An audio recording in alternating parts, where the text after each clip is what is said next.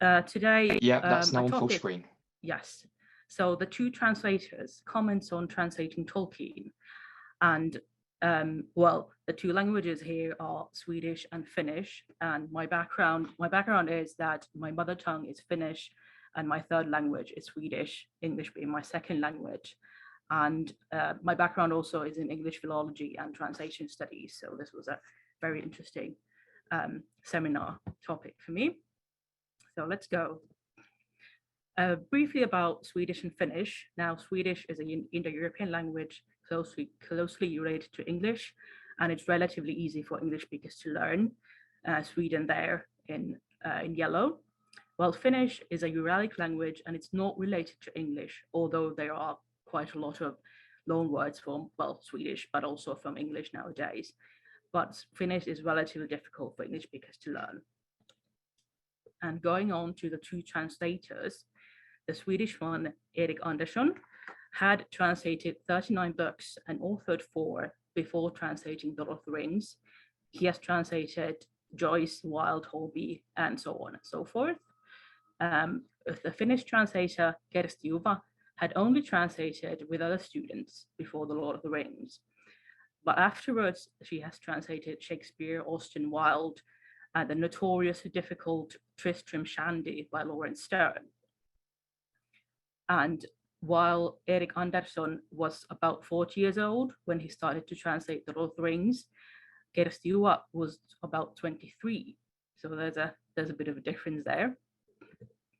And the 2 books I'm talking about are Översättarens anmärkningar, Dagbok from Arbete med Ringarnas herre by Erik Andersson, which approximately means Translator's Notes, Diary of the Labor of the Lord of the Rings. And this diary covers over 3 years, so you get a timeline, but sometimes it's difficult to get how he actually solves his problems. It also covers some of his personal life, such as I get married, I get a ring, and then he promptly loses the ring while swimming. Believe it or not, I'm not making this up. Now, the Finnish book, Tolkienin tulkkina, Tarina Sorosten herran suomentamisesta by Kersti Juva, which approximately means as Tolkien's interpreter, the story of translating The Lord of the Rings into Finnish.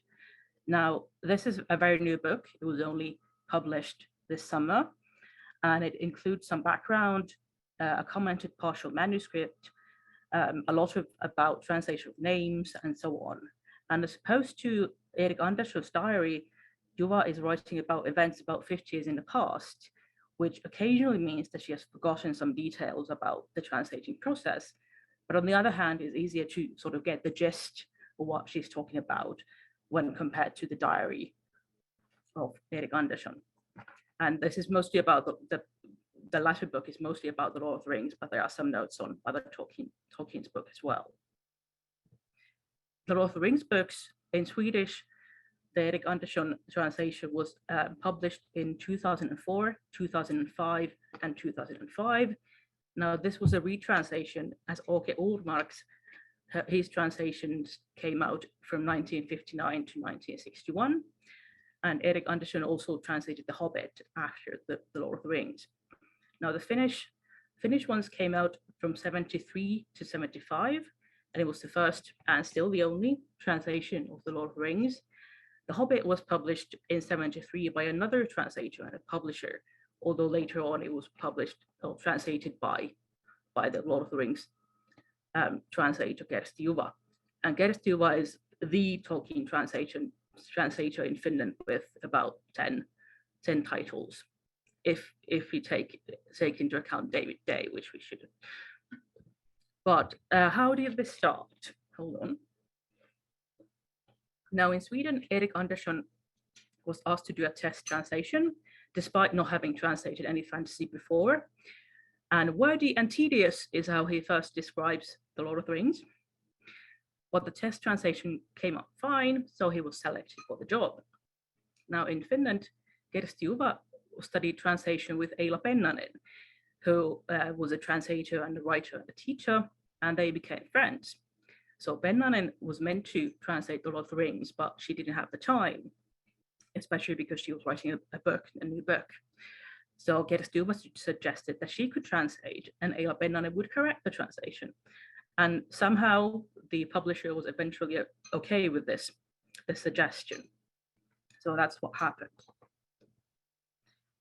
Now, when it comes to using experts and other people, in Swedish, the poems are by Lotta Olsson, while in Finnish, they are by Panu Pekkanen. So in both cases, an outside translator was used for the poems.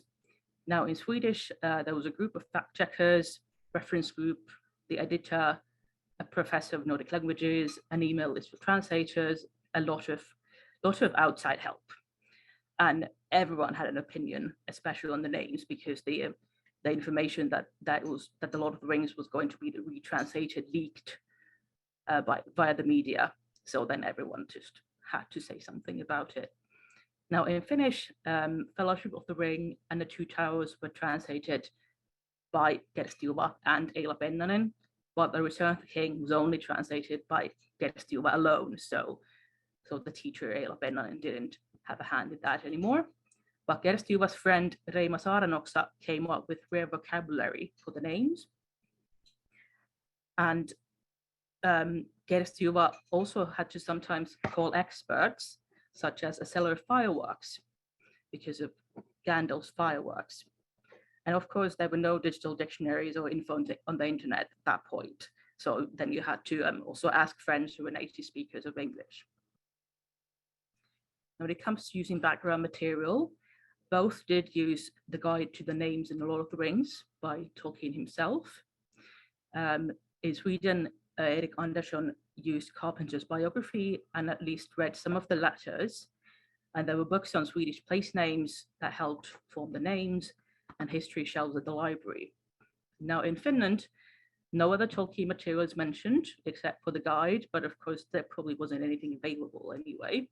But then it was dictionaries and encyclopedias, and the 1938 Finnish translation of the Bible is also mentioned. And when it comes to their methods, Erik Andersson in Sweden says that he starts to translate right away without reading the book first, because every sentence must feel new. However, in an interview, he has said that he reads about 50 pages and then gets to work. So one or the other. And he also says that he does not work word for word, but meaning for meaning, as one should, I should add. But then again, Anders Stenström, Beregond, who was helping out, is often more correct in his more literal interpretations. That's what Erik Andersson says, I mean. On the other hand, in Finland, Gerstjuva always reads the book first and says that instinct and intuition are important. You should not analyze too much. And she does not object to Eila Pennanen's suggestions without very good reasons, which she didn't have. Now then, let's look at some examples. Translating names. Now in Sweden, Erik Andersson actually received the guide to the names from a fan after 7 months of work instead of from the publisher, which is interesting and odd. And he had just decided not to translate any names. And he says, misery, now he has to translate names. And it would have been better with the English names. That's his opinion. But in Finland, because the translators received the guide from the publisher, they knew that Tolkien made it clear that most names, or some names, are to be translated. And Gerstjuva also talked about names with the publisher that was publishing The Hobbit at the same time, but no one budged, so many different names ensued. When it comes to place names, in Sweden, Erik Andersson says that they have to fit with the geography and they have to please the ear. And he's also wearing down the place names to make them appear older. In Finnish, Gerstjuva says that, like Tolkien, she tries to keep the meaning as close as possible while giving the impression of a name, and also says about language in general that rhythm and harmony are important. More about place names. In Sweden, the Celtic elements in the names are retained or the spelling is domesticated, and again, making the names appear older with spelling. So here we have Chetwood, which turns into Chetskogen, and I suppose also Chetskogen, although it's a K in the beginning. And with Carrack also turns slightly different with kind of older looking spelling. In Finnish, Mörkwood, the Mörk would cognates with Swedish mörk for dark, and with Finnish mörke for bogeyman or the grok. The grok drawing there is my drawing because Moomin characters are quite strict with copyright, so I did not use an original image by Tuffe Jansson. But Tolkien, usually like cognates, but you can't really have the bogeyman forest or the grog forest, so it becomes synkmetsä for a gloomy forest. And then Horwell, the bit meaning pale gray, is translated into Finnish with the word maito for milk. Now Finns drink a lot of milk, and maito, milk, is used a lot in place names. So hence it becomes Maitokymi, well, like a large milk river. With personal names, some examples. Now in Sweden, with Gaffer, you can't call him Lillefar for little father, because apparently that is what they called Stalin. So instead he becomes Gammelfar for old father. And dwarf names, Erik Andersson would like to use the translated names from the latest Swedish translation of Edda, but everyone he talks to, including the professor of Nordic languages, says don't do it. So he doesn't in the end do it. Now in Finnish, there are a lot of examples in Finnish, but one is goat leaf. Tolkien mentions caprifolium, so Juba goes with celia, which approximately means elderberry, but it turns out that celia is not part of caprifolium anymore, so these things can happen. But with Sackville, it turns into Sakinheimo, where Sakin or Sakki is sack, but Heimo is a common fancy-sounding ending from when people translated their last names from Swedish into Finnish. So it suits well with the Sackville vacancies. And then some concepts.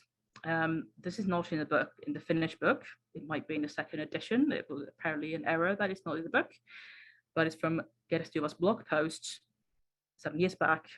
Now, Gerstuva thought that there was a distinction between Haldia, which does not have a J, meaning mythological creature, and Haldia with a J, person holding or possessing something. And it turns out there wasn't, but now there actually is, because the Institute for the Languages in Finland accepted the Haldia with no J to mean a mythological creature. And the image there, it should say that people possessing a car park space should move their vehicles, but it actually says that car park elves should move their vehicles. So that's Legolas looking very bemused. Now, religious aspects. What a pity that Bilbo did not stab that vile creature. It was pity that stayed his hand. And in Swedish, Erik Andersson uses the word synd, which means sin, but it's used in what a pity. But then again, Tolkien wouldn't use the term because it's not a Middle-earth concept.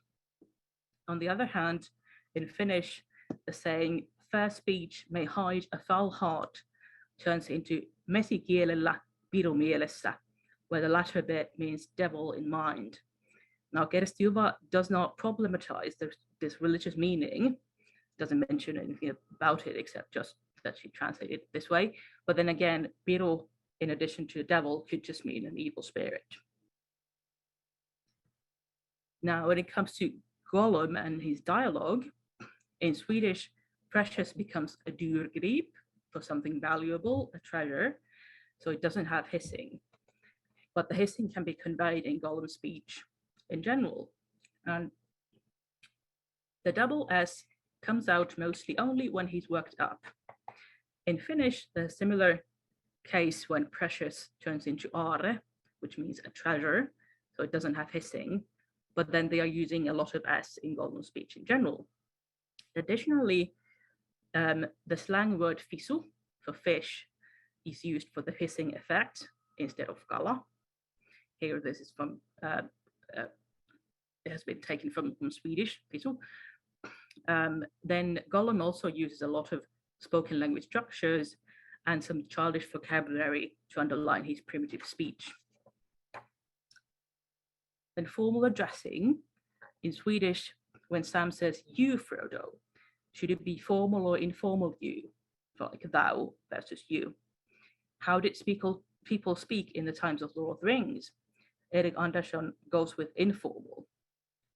In Finnish, Sam uses the formal you when addressing everyone except people he finds underneath himself, like Gollum or Gollum and the orcs. Now, some errors. Erik Andersson mentions that he has translated burrows as grub, but too bad there is a grub family in the original, which he had translated as bög. And Bilbo Baggins turns into Bilbo Säcker, but his initials remained BB in one place instead of BS. Now in Finnish, well, there's a lot of examples where Gerstuva says that, oh, I made a mistake, or we made a mistake. So she's very humble about it. Limelight, Tolkien's instructions tell you to leave lim unchanged, but they didn't notice this. So they used liitu for lime or chalk. This has been corrected in the newest edition. With King's Foil, Tolkien says that foil means leaf, but they didn't notice, so they went with the meaning rapier. Kuninkaan miekka, it becomes for king's sword. But then an interesting matter in Finland, self-censorship. Against the shadow in the east, said Strider quietly. Now Eila Pennanen put from Mordor instead of in the east, so as not to imply that the shadow was coming from the Soviet Union.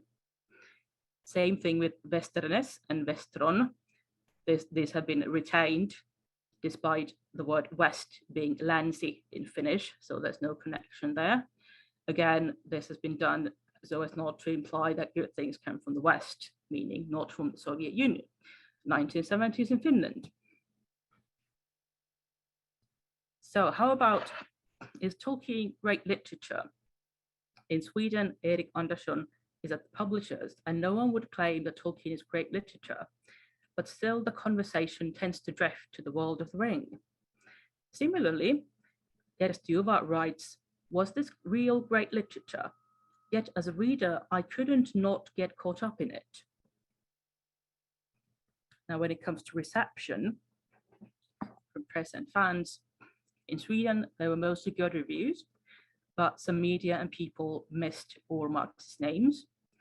And Erik Andersson writes that it feels like we have made a new version of Ormark's work. And it's like translating the Bible. And he also says that it's much easier to be an author than a translator because no one will question your choices. In Finland, there were again mostly good reviews. The translators were thanked. And Gerstuva soon received a state prize for The Lord of the Rings and Richard Adams' Watership Down. And fans often praise Juva for her work. She's an honorary member of the Finnish Tolkien Society. And she was an honorary guest at FinCon at 2019. And I was like a bishop at the vicarage, is how she tells about the experience. But William is translating Tolkien. No, Erik Andersson cries. However, he did translate The Hobbit some years later. But it was nice to have people to work with and to be a part of the big Tolkien machine, he says. In Finland, after translating many titles, Gerstuva wasn't that into translating the same stories again. She did translate The Children of Húrin, but left The Fall of Gondolin for other people. In 1973, she says that translating The Lord of the Rings was fun, but very difficult, and just my cup of tea. In conclusion, now these two books are so different that it's often difficult to find information on a certain topic in both books. So I have basically what's there in both books here. But there are some clear similarities. Both used a poet and other outside help. Tolkien's The Guide to the Names was used, in the end at least. Gollum's hissing worked similarly, despite Precious not having an S or an hissing in Swedish and Finnish. There were good reviews and so on. Now, differences include the translator's level of experience, and the 1970s and the 2000s being quite different in terms of Tolkien Nordics, the information available, and the information available on the internet. Although it appears that Erik Anderson maybe didn't use the internet much, but at least he had a computer instead of a typing machine. Now, there were differences in formal versus informal dressing and differences in etymology, like with Mörkwood, which works well in Swedish as Mörkveden, but would not work in Finnish as Mörkmetsä, the broke forest, bogeyman forest, despite both being cognates. All right, thank you.